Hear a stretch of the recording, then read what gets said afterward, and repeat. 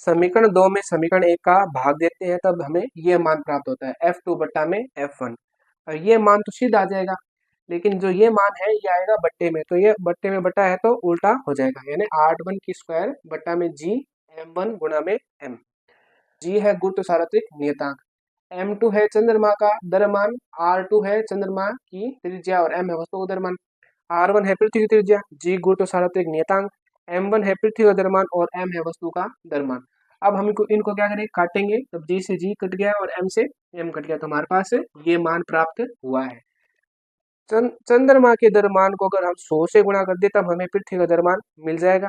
उसी प्रकार से चंद्रमा की त्रिज्या को जब हम 4 से गुणा करते हैं तब पृथ्वी की त्रिज्या हमें मिलती है। तो यहाँ से M1 और R1 का मान हम इस समीकरण में रखेंगे।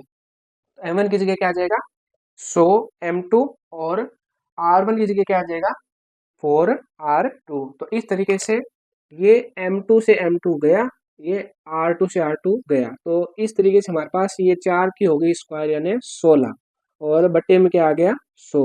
इसको जब हम सरल करेंगे तो लगभग हमारे पास मान आएगा 1/6। आगे इसको सरल करने पर F2 बट्टा F1 बराबर 1/6। अब इसको हम सरल करेंगे तो हमारे पास मान आएगा F1 बराबर 6F2।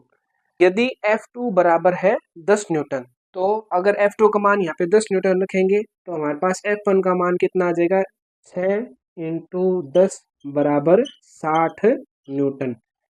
चंद्रमा पर वस्तु का भार है F2 और पृथ्वी पर वस्तु का भार है F1। चंद्रमा पर वस्तु का भार अगर 10 न्यूटन है तो उसका भार पृथ्वी पर कितना हो जाएगा 60 न्यूटन हो जाएगा। तो इस तरीके से अगर कोई वस्तु चंद्रमा पर रखी हुई है, वो 10 न्यूटन का भार लगा रही है, उस वस्तु को उठा के अगर पृथ्वी पर रख दोगे तो वो पृथ्वी पर 60 न्यूटन का भार लगाएगी।